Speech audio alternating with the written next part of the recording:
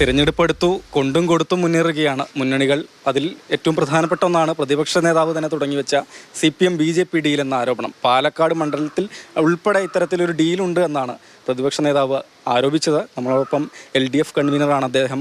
ഇക്കാര്യങ്ങളിലൊക്കെ വിശദമായി നിലപാട് വ്യക്തമാക്കും. CPM BJP ഡീലുണ്ടോ? കേരളത്തിൽ ഇടതുപക്ഷ ജനാധിപത്യ മുന്നണിയും BJPയും തമ്മിലോ CPMഉം BJPയും തമ്മിലോ ഒരു തരത്തിലുള്ള ഡീഡിൻ്റെയും പ്രശ്നം ഉദിക്കുന്നില്ല.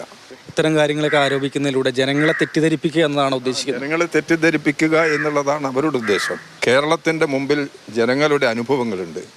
ആ അനുഭവങ്ങളുടെ അടിസ്ഥാനത്തിലാണ് ജനങ്ങൾ വിലയിരുത്തുക. അതുകൊണ്ട് അവരങ്ങനെ ശ്രമം നടത്തി കഴിഞ്ഞാലും ജനങ്ങളെ ഇങ്ങനെ തെറ്റിദ്ധരിപ്പിച്ച് അവരുടെ വഴിയിലേക്ക് തിരിച്ചു കൊണ്ടുപോകാൻ കഴിയും എന്നവർ വിചാരിക്കേണ്ടതില്ല.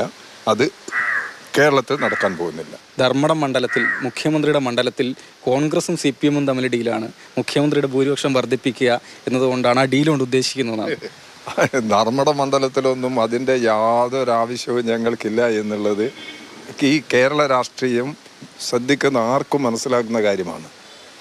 ഇവിടെയാണ് ഈ കോൺഗ്രസും BJPയും ഇതുപോലുള്ള നുണപ്രചാര വേല നടത്തുന്നത്. അത് അവർ തന്നെ വിശദീകരിക്കട്ടെ. അവർ തന്നെ ആ കാര്യങ്ങൾ വ്യക്തമാക്കി മുമ്പോട്ട് പോകും. ഞങ്ങൾക്കതിലൊരു പ്രശ്നവുമില്ല, ഞങ്ങൾക്കൊരു ആശങ്കയില്ല. സഖാവിൻ്റെ കൂടെ മന്ത്രിസഭയിലിരുന്ന ആളുകൾ ഇപ്പോൾ UDFൻ്റെ സ്ഥാനാർത്ഥിയായി വരിക, MLA ആയിരുന്ന ആളുകൾ BJPയുടെ അടക്കം സ്ഥാനാർത്ഥികളായി വരിക. എന്താണ് യഥാർത്ഥത്തിൽ സംഭവിച്ചത്? ഇപ്പോൾ എല്ലാവരും CPMനെ വിമർശിച്ചൊക്കെയാണല്ലോ മുന്നണി വിട്ട് പാർട്ടി വിട്ടു പോയത്. CPMൽ കേരളത്തിൽ ലക്ഷക്കണക്കിന് പാർട്ടി മെമ്പർമാരുണ്ട്. അതിൽ ഒരാളായിരുന്നു സുധാകരനും. ഞങ്ങളെല്ലാം അങ്ങനെയുള്ള ഒരു പാർട്ടിയിലെ അംഗങ്ങളാണ്.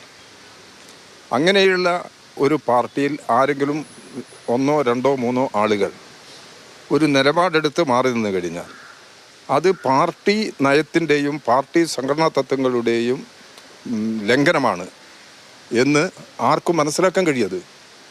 വ്യക്തിപരമായിട്ട് സ്വീകരിക്കുന്ന നിലപാടുകൾ അതല്ലാതെ പാർട്ടിയാകെ തെറ്റാണ്, സംഘടനയാകെ തെറ്റാണ് എന്നുള്ള ഒരു വിശകലനത്തിലേക്ക് പോകാൻ കഴിയുന്നതല്ല. അതാണ് യാഥാർത്ഥ്യം. LDF മുൻപ് വിജയിപ്പിച്ചെടുത്ത കാരാട്ട് റസാക്ക് മുസ്ലിം ലീഗിലേക്ക് തിരിച്ചുപോയി. അതുപോലെ തന്നെയുള്ള ഒരു നിലപാട് അദ്ദേഹം ഒരിക്കലും CPM ആയിട്ടില്ല. കാരാട്ട് റസാക്ക് അദ്ദേഹം സ്വതന്ത്ര സ്ഥാനാർത്ഥിയായിട്ട് മത്സരിച്ചു. പാർട്ടി നല്ല നിലയിൽ പിന്തുണ നൽകിയിട്ടുണ്ട്. പാർട്ടിയും കൂടിയും പ്രവർത്തിച്ചിട്ടാണ് അദ്ദേഹത്തെ ജയിപ്പിച്ചിരിക്കുന്നത്.